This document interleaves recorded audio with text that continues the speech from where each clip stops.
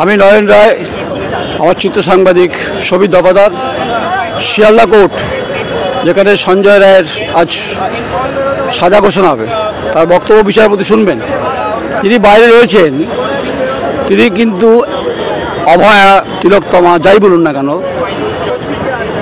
বিচার চাই, জাস্টিসের পরিপ্रेक्षिते কথা। नॉट ओनली दैट, इसके पीछे भी काफ़ी राज है, बात करेंगे।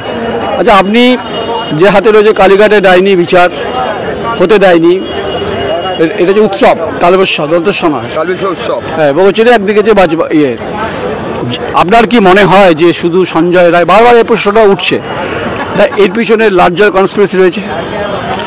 অ্যাকচুয়ালি আমরা সবাই বুঝতে পারছি এবারও ব্যাপারটা উনি ম্যানেজ করে নিয়েছেন। তবে আমি জানাতে চাই, উনি যদি মনে করেন যে তিলোত্তমা বুকের এই বিভিন্ন ব্যথা, তিলোত্তমা শরীরের বিভিন্ন ক্ষতর ব্যথা, যদি যন্ত্রণা যদি উনি ম্যানেজ করে নেবেন, তাহলে আমি ওনাকে একটা কথাই বলবো, সত্যের যাওয়া অনিবার্য। আর প্রকৃতির সামনে যে দ্রোহের আগুন লেগেছে, এই দ্রোহের আগুন এই পচনশীল স্বৈরতন্ত্রী শাসন ব্যবস্থা, সমাজ ব্যবস্থা তথা রাষ্ট্রযন্ত্র তথা এই অন্ধকারের সরকারের পতনের সাথেই শেষ হয় বলে আমি মনে করি। তবে তিলোত্তমার বুকের যে জ্বালা জড়বে, তবে তিলোত্তমার চোখের যে রক্তবন্যা, এই রক্তবন্যা থামবে। এই প্রকৃতির যে অন্ধকার সময় যাচ্ছে আমাদের বাংলায়, এই অন্ধকার বাংলার সময়ের অবসান হবে। একটা সুস্থ জীবন, একটা সুস্থ সমাজ ব্যবস্থা, একটা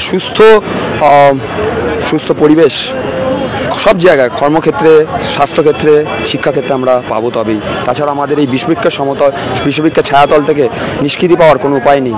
দেখুন, আপনিও ব্যথিত, আমিও সাংবাদিক হিসাবে, আপনিও একজন, আপনি বিচার চাইছেন, আপনিও ব্যথিত।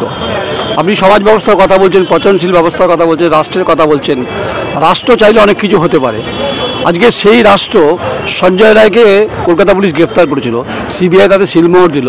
প্রশ্ন তো সিবিআইয়ের মান নিয়ে প্রশ্ন উঠতে শুরু করবে। এটা আমরা সবাই জানি, একটাই উত্তর, উনি ম্যানেজ করে নিয়েছেন। আমরা সবাই জানি উনি ম্যানেজের সিদ্ধহস্ত। কিন্তু যেটা আমি আগের প্রশ্নের উত্তরে বললাম যে এটা কিন্তু মানে ম্যানেজ করার মতো ব্যাপার নয়, এটা কিন্তু ম্যানেজের জিনিস নয়। এটা এইবারে ব্যাপারটা দোহের আগুন আরো জ্বলবে ব্যাপারে দেখুন, কাটমানি চুরি, ট্রিপল চুরি। আমি বলছি দোহের আগুনে স্ফুলিঙ্গের ছাই, সত্যের যা অনিবার্য, বিপ্লবের যা অনিবার্য। এতই আমি বলবো, মিথ্যাচারের কোনো জায়গা নেই, হতাশার কোনো জায়গা নেই। এই যে অন্ধকারের সময়, এই যে অন্ধকারের মিথ্যাচারের শাসন ব্যবস্থা উনি চালাচ্ছেন, সত্যের যা অনিবার্য। আমি শুধু এইটুকুই বলবো। আপনি কোত্থেকে এসছেন? বিধাননগর। নামটা? আমার নাম নবারুণ ভট্টাচার্য। খুব বিখ্যাত কবি কিন্তু নবারুণ ভট্টাচার্য, জানেন তো? উনি সেই নবারুণ ভট্টাচার্য নন, উনি সেই বিখ্যাত কবি নন, কিন্তু তিনি একজন প্রতিবাদী, সরব।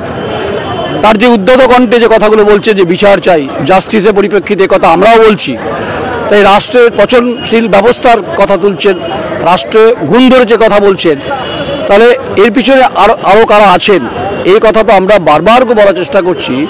এই আজকের যে ওয়েদার, আজকের যে রোদের যে ছটা, তার শরীরকে একটা ক্লান্তি এনে দিল। কিন্তু এখানে কোনো মানুষ, যারা সংবাদ মাধ্যম কর্মী থেকে শিয়ালদা স্টেশনে যারা অগণিত মানুষ যারা আছেন, তারা বলছেন বিচার চাই। বিচার তো হচ্ছে, কিন্তু এখানে কি থেমে থাকবে? এখানে কি ফুল স্টপ? যদিও বলছেন সিবিআই আইনজীবীরা এবং অভয়ের বাবা মা, তারা বলছেন না, এর পিছনে আরও অনেক মাথা আছে। অপেক্ষায় থাকলাম, মাথারা কারা, কবে তাদের বিচার হবে। সিবিআই তার সাপ্লিমেন্টারি চার্জশিটে কাদের কাদের ইনক্লুড করতে পেরেছে, কারণ টালা থানা ওসি, প্রাক্তন ওসি এবং সন্দীপ ঘোষ, তাদেরকে গ্রেপ্তার করা হয়েছে। যদিও দুর্নীতির মামলায় হেফাজতে আছে, তবে সামগ্রিকভাবে সমাজ ব্যবস্থার যে ঘটনা ঘটেছে, যা দাগ লেগেছে আমাদের হৃদয়ে, মননে, তাকে কোনোভাবেই অন্তত বরফ দিয়ে ধুয়ে দেওয়া যাবে। অপেক্ষায় থাকুন, সঙ্গে থাকুন। আজ সারাদিনের আপডেট আমরা তার কোয়েডিতে দেবো, দেখাবো। আমরা দায়বদ্ধ অবশ্যই, রাষ্ট্রের ভূমিকা আমরা দেখছি, দেখবো, কিন্তু দায়বদ্ধতা থেকে বড় হচ্ছে দায়িত্ব, সাংবাদিকতা, যেটা গুরুত্বপূর্ণ ভূমিকা। আমি নয়ন রায় সেটা পালন করছি, সবিত দফাদার সেটা পালন। নমস্কার, শিয়ালদা।